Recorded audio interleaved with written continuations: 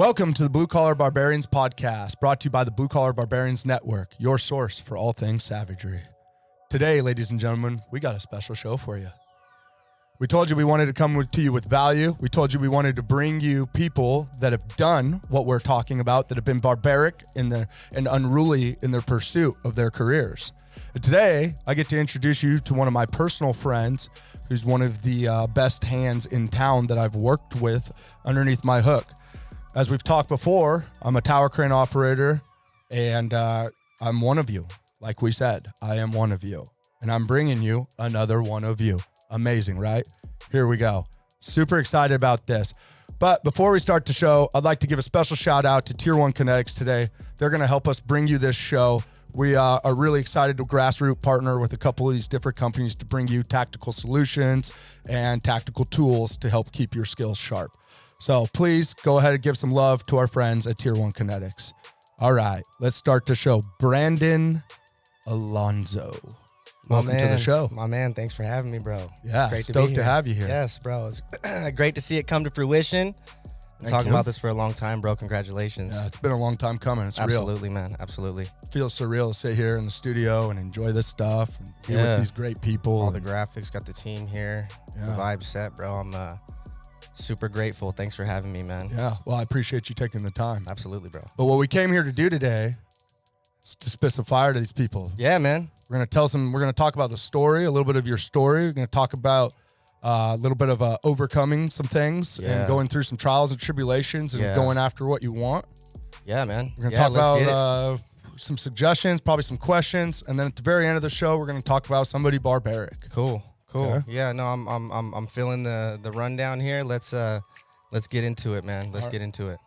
All right. So jumping in, Brandon, let's start. And I know you, so this kind of to preference this, like I said, Brandon worked together for multiple years now, and he's just an incredible asset to have underneath of your hook or to have on your job site. He's very talented. Thank you, bro. Your work speaks for you. You're highly recommended. You're sought after. I can't tell you how many times I had to fight with other guys to try to get you if I wanted you. I mean, it goes both ways, bro.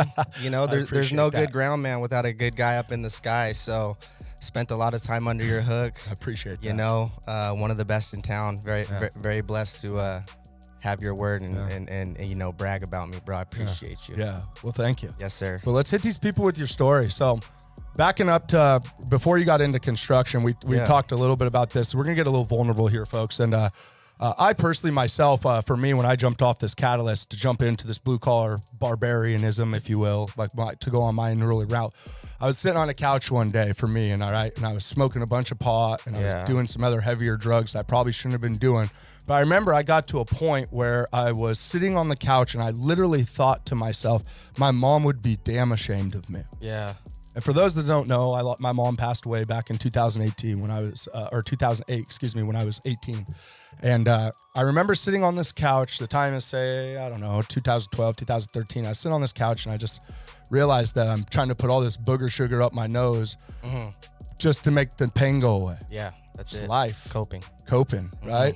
And so for me, like, it took realizing, like, I had to have an internal shift. Like, I had to have a conversation with myself and be like, man, I know there's more. Yeah. Right? Absolutely. And I know you have a similar story. So why don't you walk us through what it's like briefly here, what it's like to come from like a rough background, gang violence, addiction. Yeah. Can you talk to us about that? It's a, you know, I come from a really small town, you know what I mean? It's Lompoc, California, Central Coast, sandwiched right in between Santa Barbara and Santa Maria, you know, and not a whole lot to do there, man. You know, people there get really bored. And so kind of growing up, that's kind of some of the areas that we fell in. It was right around that time, 2011, 2012. You know, I was graduated, played baseball, went to community college, kind of messed that whole thing up, got distracted. Couple years out of high school. Yeah, a couple years. You know, didn't really have a path, man. You know, didn't know what I wanted to do. Was from a small town, couldn't really do much other than, I don't know, Albertsons, maybe Vaughn's. You know, and so. Yeah, there I was, just a young kid, found ways to cope with it. You know, couldn't get out of the small fishbowl, just swimming in circles. You know, so you were living kind of in an echo chamber then. Of, what say people there did. Yeah, right. You know, if you don't get out, that's kind what of you what have happens, to look forward to, right? You know what I mean? You don't really find a whole lot. So it's around that time, yeah, man, got into some things that really was just setting me on a bad path, you know, and kind of came to a realization right around 2012-ish, you know, where it was like, man, some things need to change, you know, and family was kind of catching on and everything, you know, they knew what was going on. And so really it was just one day where I knew I was done. I knew I had to make a change. And so I called my mom, you know, love my mom and dad. Yeah. Great role models, bro. And so, you know, mom came home right away. God bless moms. Mom, you know, came to the rescue, came home right away. And thank God that I have family too, spread out throughout the country. You know, we were able to call Uncle Todd, and boom, I was on a plane to Alaska. Boom. You know, and that was hard, man. I remember just being on the plane crying, you know, because I didn't know what I was gonna do. I didn't know where I was gonna go. I didn't know what the next step was going to be. You know, there was just so many unknowns. Scary, right? Yeah, but I knew I had great role models, and so you knew there was something different. There was gonna be something somewhere. Just didn't know what that was yet. But it wasn't there, right? You know, so had to change your circumstances. Is that what you're saying? Yeah, you know, I had to, and really moving to Alaska really did it. You know, rewriting the story. You know, I remember just thinking on the plane, like, man, I didn't fucking come this far to just come this far. You know what I mean? Yeah. And so really getting into Alaska was like, I'm going to rewrite this story. And, you know, I met a great group of friends, got into playing some ball. Yeah. Bam, met the wife. Went to Alaska, life changed, right? Yeah, you know. But let's take a step back really quick, because I think there's something really important to capture here. And I mean, and congratulations, dude. Thank you, bro. Good for you for getting out of that. Yeah. The world's better because of it. Oh, absolutely, man. Today's days are a lot more beautiful than you know, I drive downtown Portland and I'm like, man, that could be me. This could be me. Yeah, you know? That's what life would be if I wanted to change my circumstance. So let's talk about that mind frame, though, right? So you were going through some hard stuff, messing with some stuff you shouldn't be involved with. We'll spare the details for everybody. For those of you that understand addiction, you know it's not easy to walk away from. He doesn't need to explain that to you. We can all agree that all of us have vices in our life, whether it be booze or weed or whatever. Yeah, everyone's got something, you know? Right? So we all know what it's like to have something to try to walk away from. So that mindset, man, and I know from experience personally with my own addictive personality, it's really hard to shake shit up. Yeah, absolutely. So when you decided to do this, you went all in then with the move. Yeah. And what was that like in your mind? Was this a life or death thing to you, or what was it? It was, you know, it was life or death. Looking back now, I don't think that I knew it in the moment. Yeah. I think I was just really hungry for something new, because I knew I couldn't get it where I came from. But looking back now, I really do think, like, man, it really was life or death. Right. You know, just for the crazy things that are out there, and just, you know, how addictive personalities. I mean, everything that we do, we go all in. All in. Oh, you man, know? do I know that, dude. And so, you know, yeah, it really was life or death, but it was just with the sole purpose of, like, you know, I'm going to try to figure this out, and I'm going to find something. I don't know what that's going to be. But I'm gonna show up every day. So would you say there was something inside of you maybe that drove like a dialect, like there's got to be more? Yeah, like I think so. There's got to be something more? I think so. Yeah, I mean, you know, like getting out of Lompoc was just like, there's got to be something more than this, you know? I mean, literally the definition is, you know, it's like a fishbowl, man. You're just swimming around in circles, and you're trying to find the end of the road, and it's just, before you know it, you're right back where you started. Yeah. You know? So yeah, I mean, there's, you know, getting out of Lompoc, it was like, okay, I don't know what it's going to be, but it's going to be something, and I'm going to show up every day, and I'm going to go and get that. I don't know what it's going to be, but here we are. So in a sense, you took your addiction and put it towards change. Yeah, absolutely. That's incredible. Absolutely. I hope you're proud of that. Man, I am. You know, I am. You know, looking back now, looking at everything I have, you know, where I'm at, 4 children, a beautiful family, a beautiful wife, you know, I'm really glad that I made that step. It was really scary. Like I said, being on that plane crying, not really knowing, you know? Yeah, that's real shit though. Yeah, and I wouldn't, and with all that being said, the addiction and everything, you know, all of the rough bumps, like, that's all part of the story. Yeah. And people ask me often, like, you know, would you do it different? And it's like, nah. I wouldn't change it. Me either. Because I'm right here. Me either. Yeah. You know, and I earned this spot. And I'm you know here. what I mean? You know, I earned it. exactly. So And you did too. yeah, bro. And there's a little bit of pride that comes with that. Yeah, right? man. Yeah. No, it feels good. You know what I mean? So let's jump forward a little bit here. So we got on a plane. We made a change, like a huge change. We went from the California coast. Yep. To damn eight months igloos of and winter. penguins and 8 months of winter. It was rough. Alaska. It was rough. It was a wake up for sure. Is there even Mexicans in Alaska, bro? There's a couple, and you know, it was funny when I met them. It was like, hey, we got to stick together, man, because there ain't much of us out here. You know what I mean? Yeah, we do. Yeah. Funny story. I lived in Alaska for a few months myself. Man, I got to get back too. I love Alaska. I love Alaska. Shout out Anchorage, Alaska. So yeah, no, for real. Anchorage, you must visit it. There's a Sullivan Steakhouse. Yes, hey, you're welcome, Sullivan's. Incredible steak if you've ever been there. Yeah. So let's get into work. You you move with your uncle, it sounded like. Yeah, moved with the uncle. You said he was working 2 jobs. Yeah, no, so he owned he owned like a flooring company. It was kind of like a maid service. They'd go in, they'd clean houses, but there was also another division where he had a contract with like the Walgreens and a couple other businesses, and we'd go in, shut it down overnight, scrub and burnish all the floors, you know. So I was doing that in the summer, and I was also working for Fast Food Services of America, doing like working in the freezer, unpacking the semis that come in. So like just thing. so that our audience understands, right? For context here. Yeah. So essentially you move to Alaska, you take on labor. Yeah. Took on 2 jobs. Anything you can do to just and actually get for a going. while there it was 3 because I would transition from the summer work to the winter work.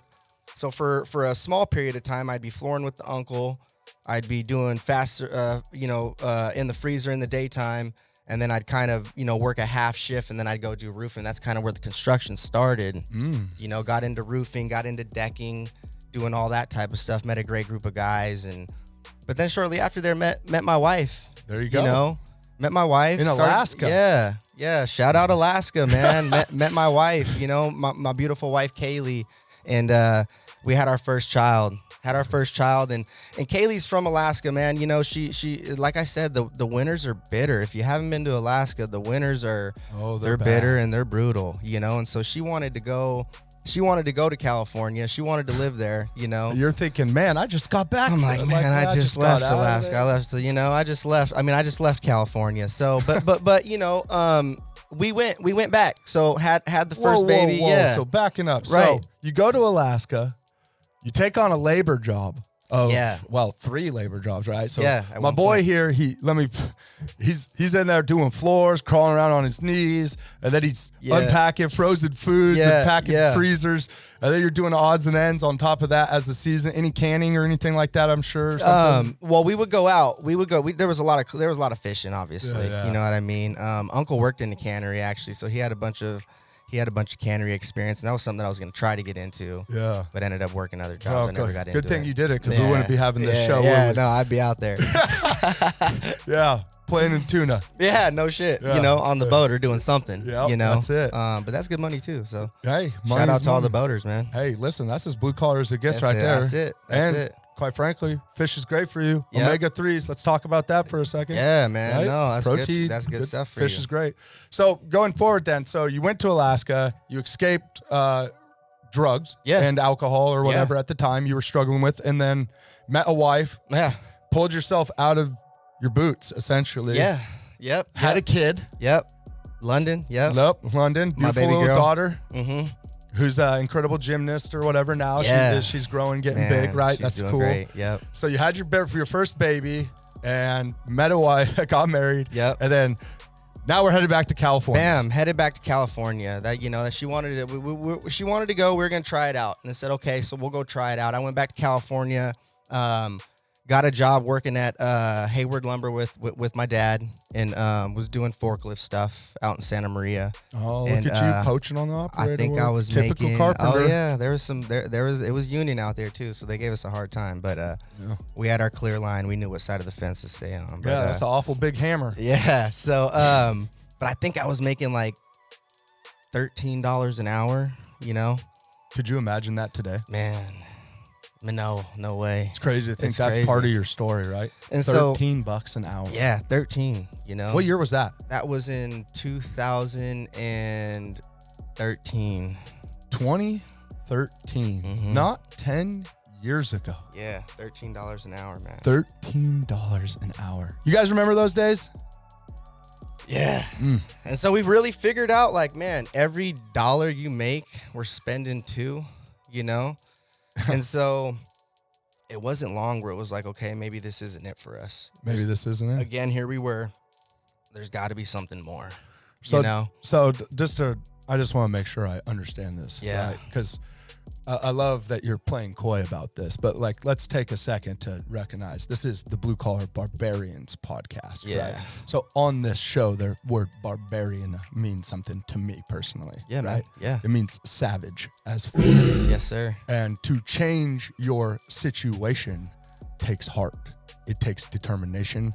It takes an ungodly amount of willpower and dedication. Yeah. And discipline, right? It does. And it's scary. And so you shook shit up. You jump on a plane knowing I'm going to die to addiction or gang violence probably if I don't get out of this fishbowl, your words, right? I go to Alaska, pull my boots up, stay out of drugs, right? You didn't highlight that, but that's part of his story, folks. He's clean still to this day. Like, he changed his life when he made that move. Yeah. Right? So he gets out of addiction, goes to Alaska, does the grunt work, the BS stuff that nobody likes to do, that dumb shit.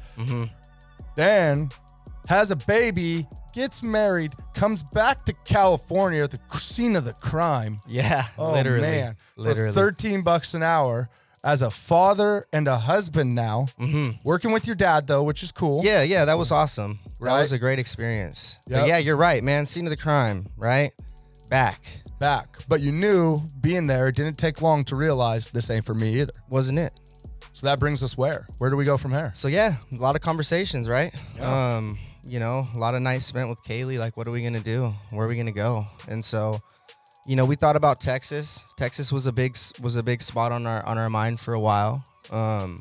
It really was. Texas does it big. Yeah, it was. And so, and I had some things in Alaska that I had left behind.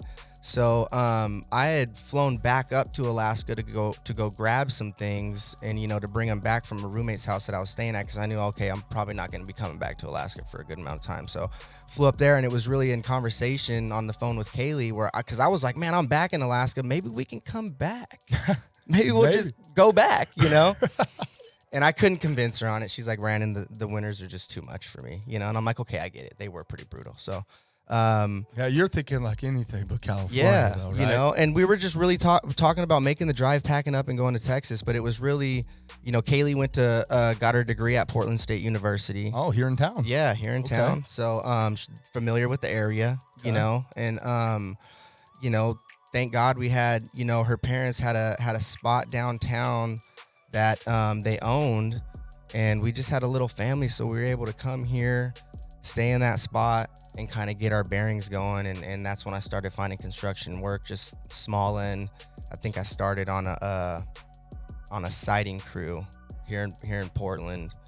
So you came back from, you're in California running a lumberyard. Yeah. Working at a lumberyard, running forklifts, scabbing on our work, right? Yeah. Typical carpenter. Oh, guys, yeah.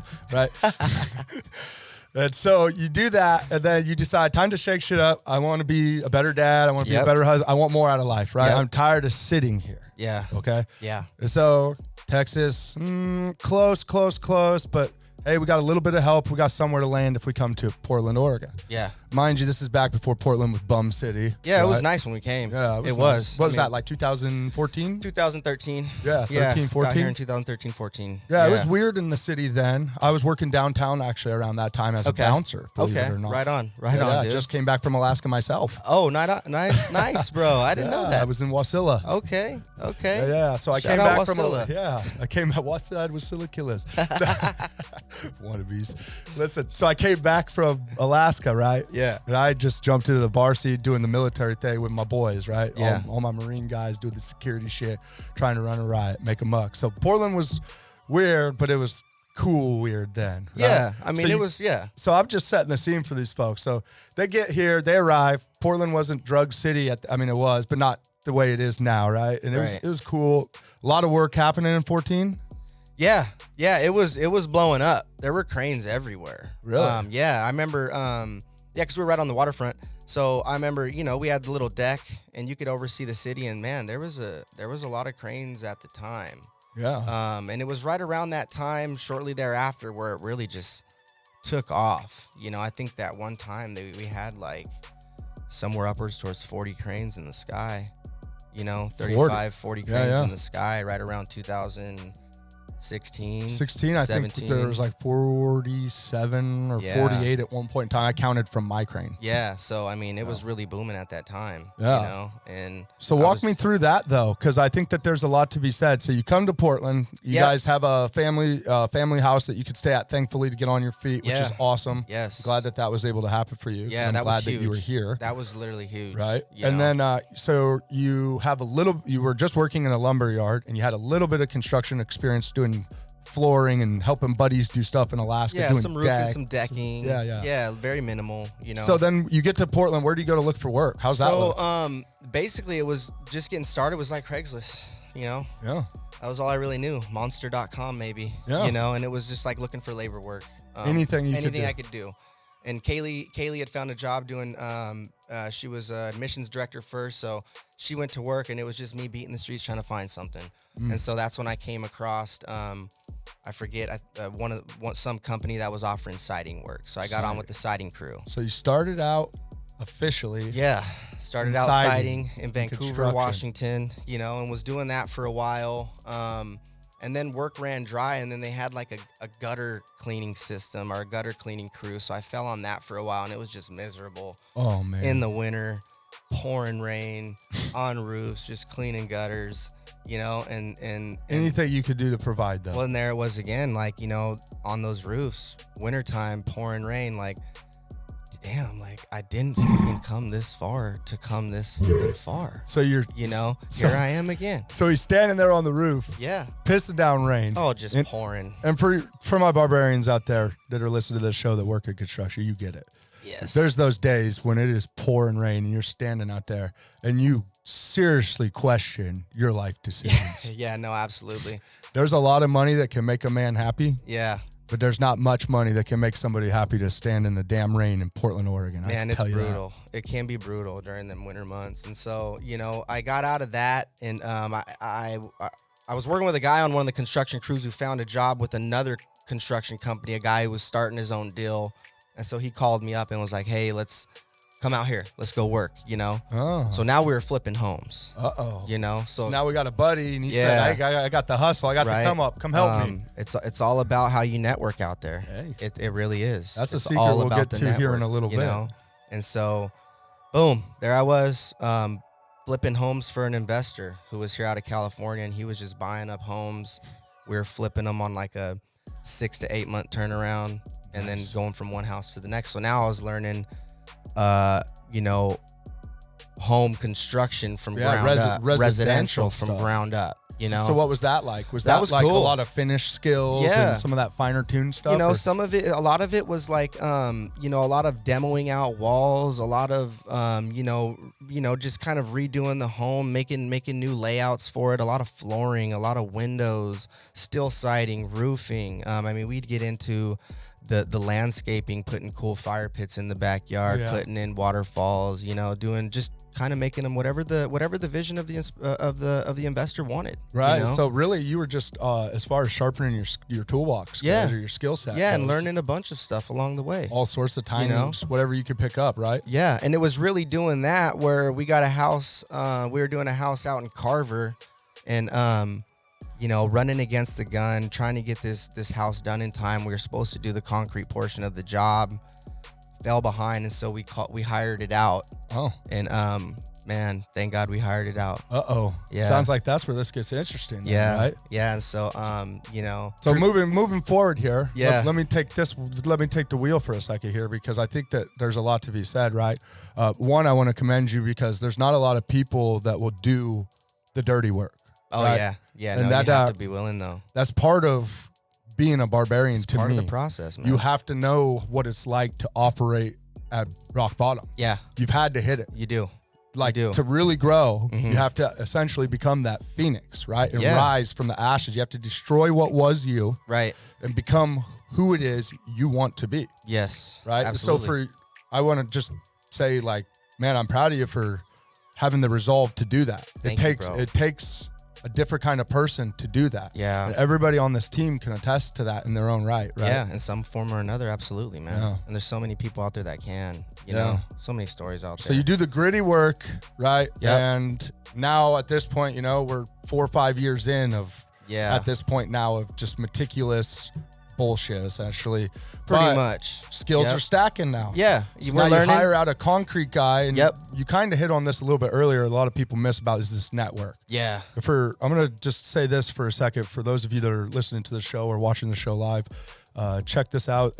Your network is your net worth. Yes. Mark my words. Huge. Your network is your net worth. Huge.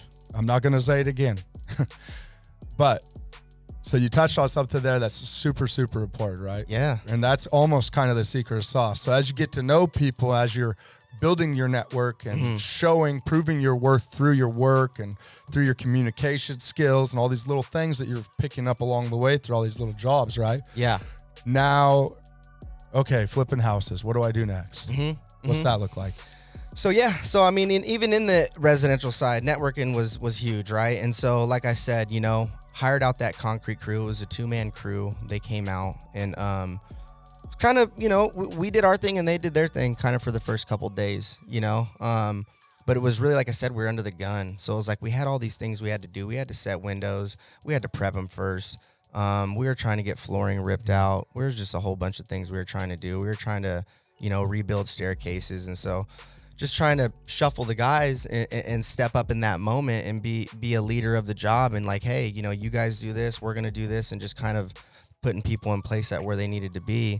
That's where, you know, Miguel, you know, the one of the concrete foremen who came out kind of took note. And so just on one of the breaks, he's like, man, you know, I'm a union guy, you know, he's like, I'm a union carpenter and I do this on the side, you know. He's like, it's just a little side job for me. So, but what are you doing out here, man?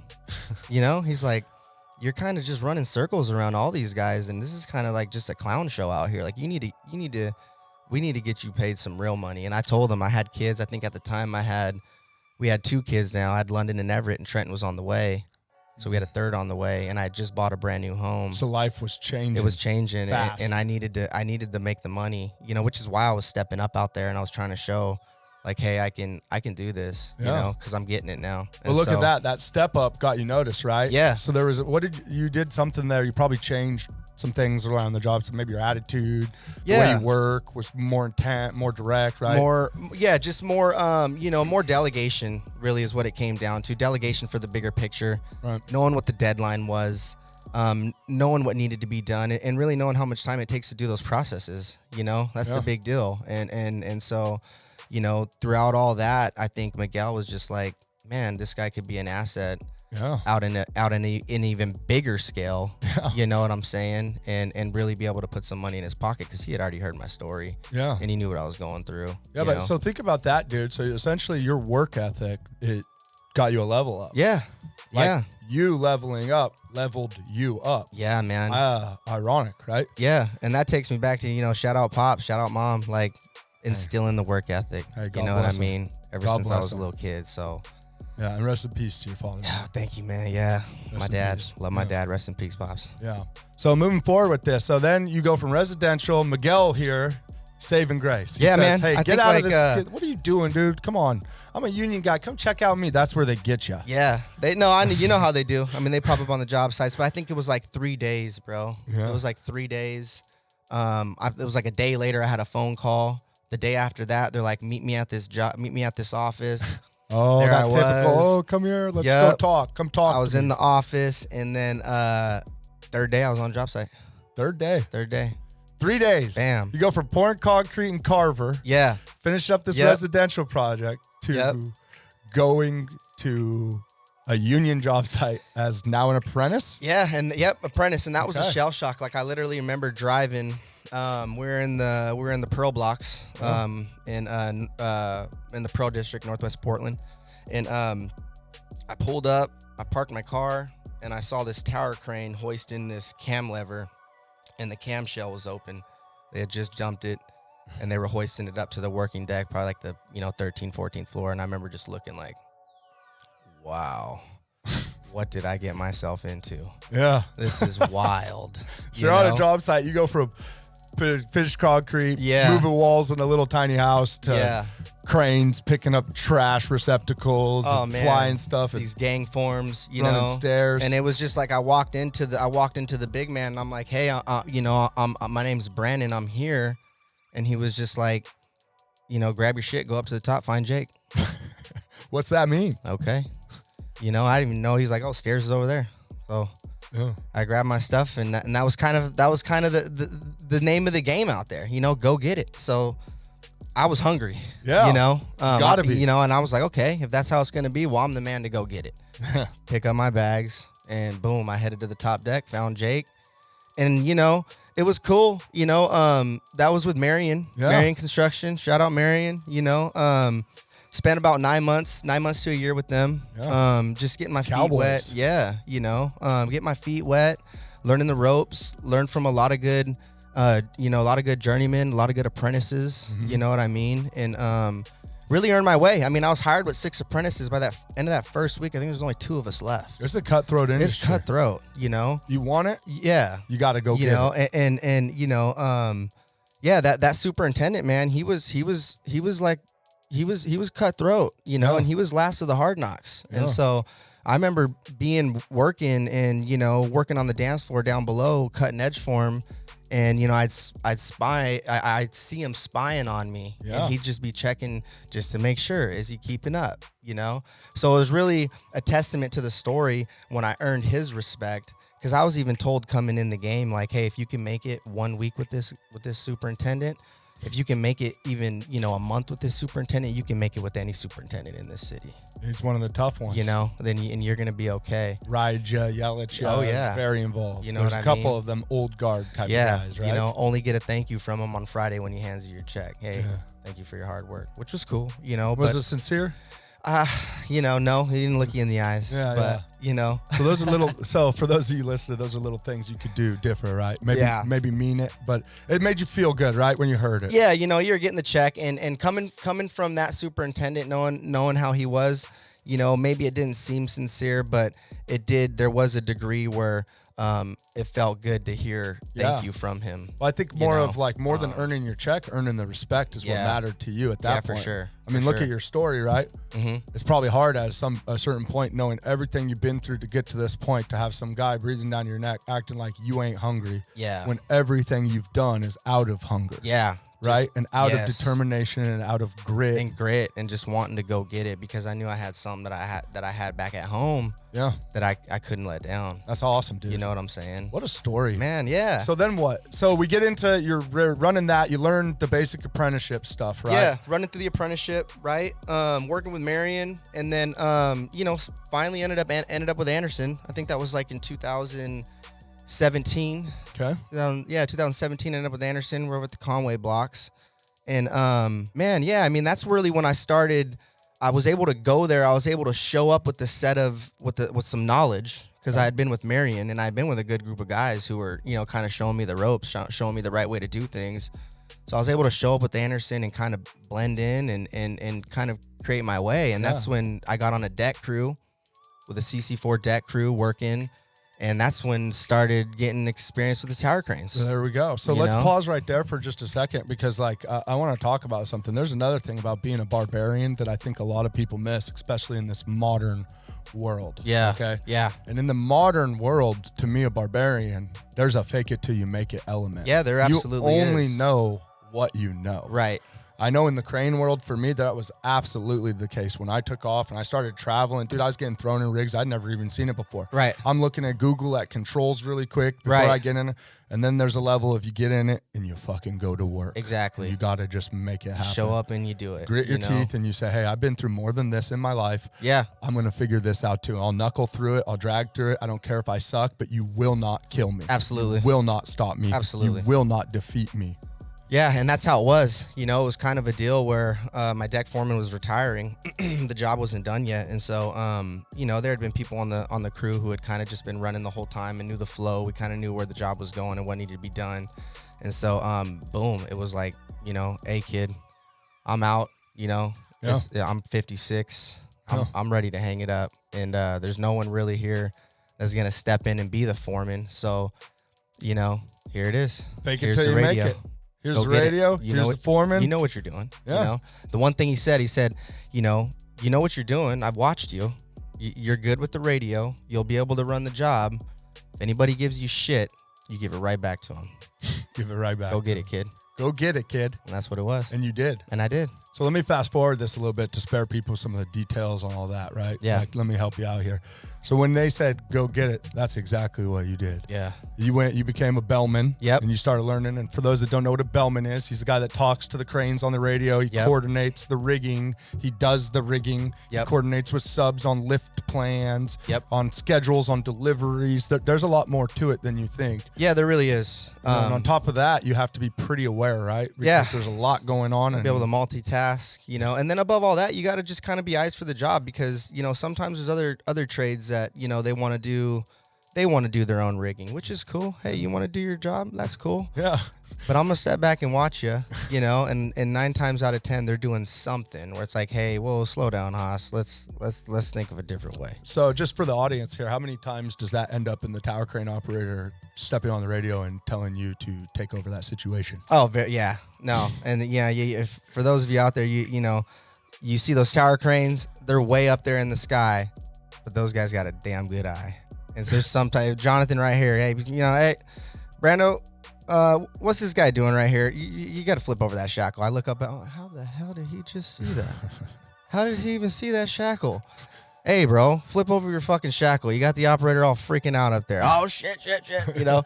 Yeah, I mean, these guys, but it takes a team. It takes a team. It takes a team. It absolutely does. You know, it really does. But what I could say confidently is when you have somebody like you on the ground, like you do your steps, you know your shit, confidence comes into play, right? Yeah, for sure. Well, I can run the crane then and not worry about what you're doing. It gives right? you an element to kind of relax, and it lets you really do what your job really is. Because at the end of the day, what most people don't realize, and we talk about it all the time, you know, people are out there calling the crane and they think they're being rock stars and they think they're doing everything correct. They think they're doing it, you know, and really you're up there working your ass off, making them look like they're doing everything correct, but they're doing everything wrong. Why are you telling all my secrets? You know what I'm saying? Why are you telling all my secrets? I know how it goes, man. I still see it, you know? But yeah, I mean, it's just, you know, the crane operators, they got their work cut out for them. So when they have a good bellman, when they have somebody good on the ground who can just kind of take over that aspect and let you guys kind of just focus on your portion of the job, it really makes the job come together smoothly. And you can save the general contractor a ton of money. Which makes you what? You know, valuable, man. Oh, yeah. Now we're talking value. Value. We're talking now we're leverage. Talking game. That's what this show's about, providing you know value, I mean? right? Yeah. So what he does here then, ladies and gentlemen, just for time's sake here, is he goes and he fakes it till he makes it. Yeah. And he makes it. Yeah. Right? He's now running work. He's the bellman, probably multiple cranes, lots going on. Yep. And what's that progression? Because the important part of this story, folks, that I want to highlight about this guy is the unruliness. You cannot get comfortable where you're at in this industry, or that's where you'll die at. Yeah. Nobody's going to look out for you and tell you how to make more money. Yep. Nobody's going to look out for you and tell you how to provide for your family better or how to secure your future. Yeah. They ain't going to say none of that shit. They just, it's a dog eat dog world. No, you hit it right there. Like, you know, comfortability is where, and I say carpenters because I'm in the carpenter industry, right? I'm a carpenter. So comfortability is where the carpenter goes to die. Yeah. You know, you really have to stay. You have to find the ability to be comfortable in the uncomfortable, you know, and that's a big part. That's a big, you know, if I should have that written on the wall because that's something that I think of often, you know, it's just being comfortable, being uncomfortable. And so, you know, getting into the bellman thing, learning it as I go, but keeping a sense of hustle and a sense of grit and just wanting to learn and being hungry throughout the process, you know, was really the start of it. And so, I think, you know, just getting back to like making that step to want to be the best and showing my peers that that's what I wanted to do. Then I got into the ITI, the Master Rigger program. Yeah. And that kind of brought things to perspective for me on a huge scale. because I learned so much in that class, Yeah. you know, and so that also gave me a leverage too with my company, where it's like, okay, now we have a master rigger, someone who's gone to that level of training, and now we can put them on jobs. So you made yourself more valuable. Made myself more valuable. Again. Yeah, and so now I just started going from job to job. I was lift director. You know, making lift plans, responsible of the overall hoist of the job, and anything tower crane, anything hook related, anything rigging related. That was my responsibility. Yeah, and that's incredible. And you did that very well. Yeah. So you're top of your game, and you made it. You did what you wanted to do, but that's not enough. Nah, man. And Why? you know, I don't know, man. I mean, I think here we were again, where it was just like, you know, sometime, you know, about a year and a half ago, and you know, I mean, we talk all the time, and it just got to a point again where there I was. It was like, I felt like I was kind of plateauing. I felt like there wasn't much room where I was gonna grow and rise through the rigging division. You know, I kind of felt like I had reached Your potential. my potential with it. You know, Yeah, I mean, I was let's- doing it in my sleep. And let's be honest, You let's know? look around town. Like, you got to, like, this is important for all you guys out there. You need to look at your career's roadmap. Yeah. Take a look around at you and look at the guys that are doing what you're doing that are 20 years older than you. Yeah. Are they Yeah. making more money than you? No. Are they beat to hell? Yeah. Yes. Yep. You know, are they tired? Are they angry? They are, man. Yeah. You know? So when you look at that, you're already above most of those guys that are 15, 20 years older than you, right? Yeah. You're inherently already above them because you're running the work. Yeah. You're yeah. at their level, and you look at that. There's no more up. Right. So now it's time to lateral. Yeah. Because growth is stagnant is where you die. Yeah, And growth is absolutely. what keeps you alive, right? Absolutely, man. And So what's that look like? So yeah, that was just, you know, talking to kind of peers in the field and just saying, Mac, you know, I think I want to do something different. Yeah. You know, I want to stay in the industry, obviously, because I don't have a plan outside of that yet. But you know, I think I just want to do something different, and it was really, you know, being on the South Waterfront one day. I'm rigging, you know, it's raining again, and you know, the tower crane operator was like, hey, you know, Big Boss is in the parking lot, you know, and we never see him, right? Yeah. Always want a chance to talk to the big boss if you can, even if it's for a couple seconds, right? So you're that guy. so he goes, hey, you know, you put your money where your mouth is. There he is, and I'm like, I'll be right back, you know. He said, hold the phone, hold folks. up, you know.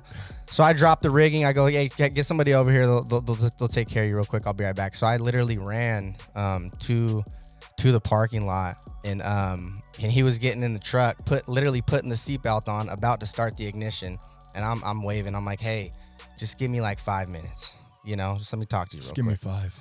And he kind of looked at me, and I'm like, you know, I know you know me, and I know you, but you know, let me shake your hand. Let me put my face in front of you. Yeah. You know, and I'm like, I had a couple options on the table at the time from another general contractor. I was thinking about going into the training center and teaching apprentices. They needed an instructor to come in.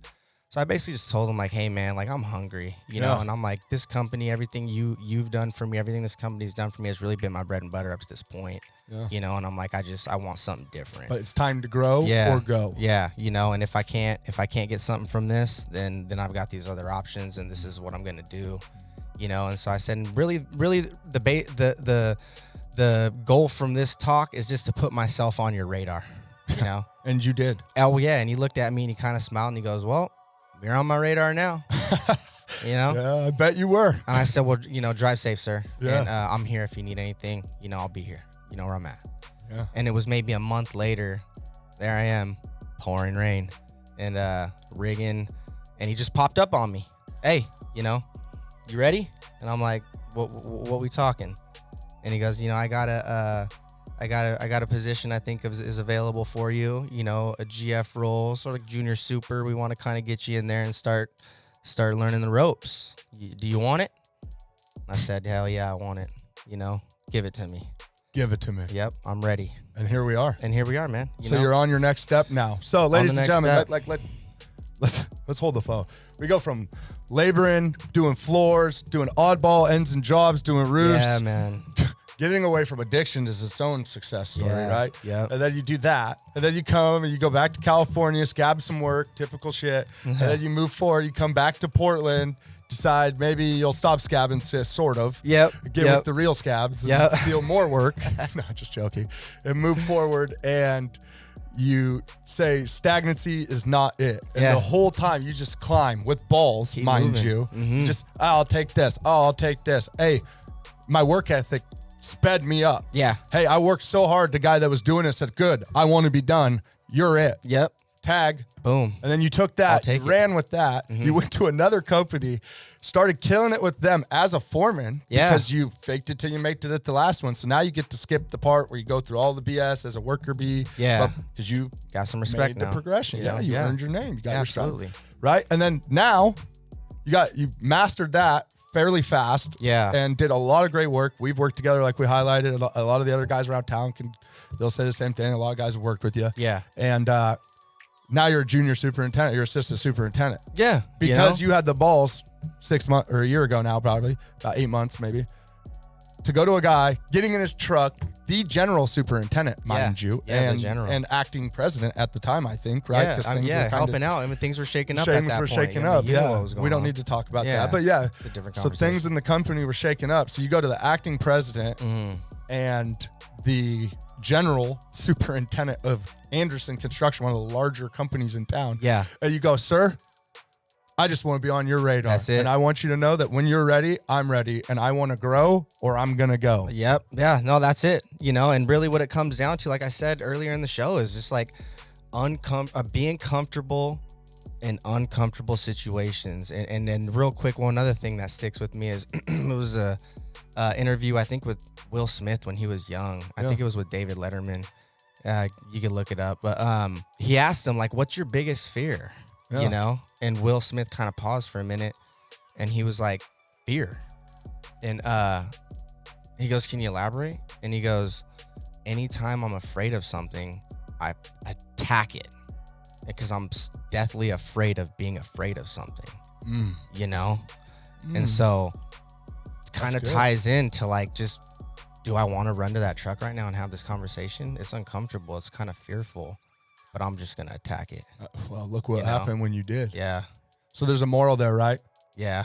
Get uncomfortable. Absolutely.